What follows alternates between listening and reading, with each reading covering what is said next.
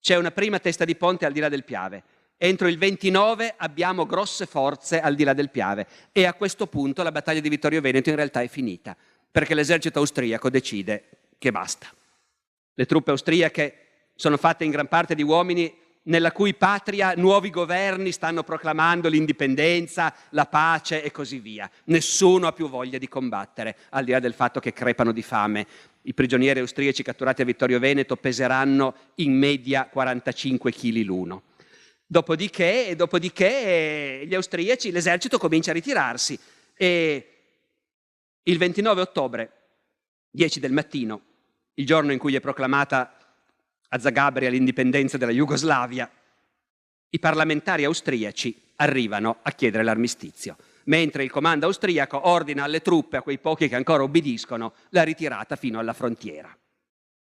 E quella cosa che dirà Diaz